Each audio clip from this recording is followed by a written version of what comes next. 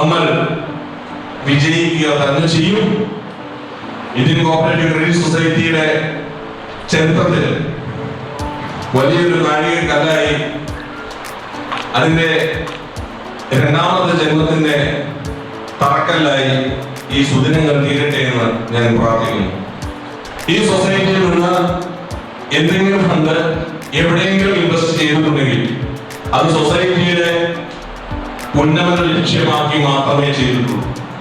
ഈ സൊസൈറ്റി ഏറ്റെടുത്ത് ഈ സൊസൈറ്റി റൺ ചെയ്യുന്ന സമയത്ത് 80 കോടി രൂപ ലയബിലിറ്റിയോട് കൂടിയാണ് ഈ സൊസൈറ്റി ഞാൻ സ്റ്റാർട്ട് ചെയ്തതെന്ന് വെച്ചാൽ ഞാൻ ഇതിന്റെ ചെയർമാൻ ആകുന്നത്.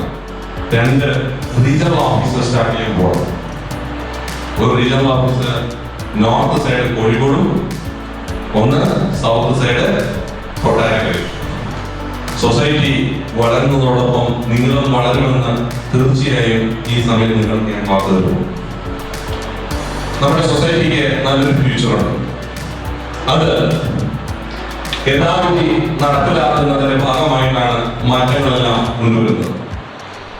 ഇന്ത്യൻ കോഓപ്പറേറ്റീവ് ക്രെഡിറ്റ് സൊസൈറ്റി എക്കാലവും ഏറ്റവും നല്ല, ഇന്ത്യയിലെ ഏറ്റവും വലിയ ഒരു MSCS ആയിട്ട് നിലനിർത്തിക്കൊണ്ട് പോകണം. അതിന്റെ ഭാഗമായി മഹാരാഷ്ട്ര, ഗുജറാത്ത്, അതോടൊപ്പം തന്നെ ഗോവ, ഡൽഹി, ഈ 4 സ്റ്റേറ്റിലേക്കുള്ള NOCയുടെ വർക്ക് ഓൾറെഡി നമ്മൾ അപ്ലൈ ചെയ്തിരിക്കുന്നതാണ്. കോർപ്പറേറ്റ് ഓഫീസ് പണിയുവാനായി തൃശ്ശൂർ 60 സെന്റ് സ്ഥലം വാങ്ങിച്ചിട്ട് കാര്യം നിങ്ങൾക്ക് ഏവർക്കും അറിയാം. ആ 60 സെന്റ് സ്ഥലത്ത് ബിൽഡിംഗ് പണിയുവാനുള്ള പ്ലാൻ ആയിട്ടുണ്ട്. ഉടൻ തന്നെ ബിൽഡിംഗ് പണിയും. ഇനി നമ്മുടെ സൊസൈറ്റിയെ സംബന്ധിച്ച് ഒരു നല്ല ഭാവി ജനറേറ്റ് ചെയ്യുക എന്ന ലക്ഷ്യമാണ് നമുക്കുള്ളത്.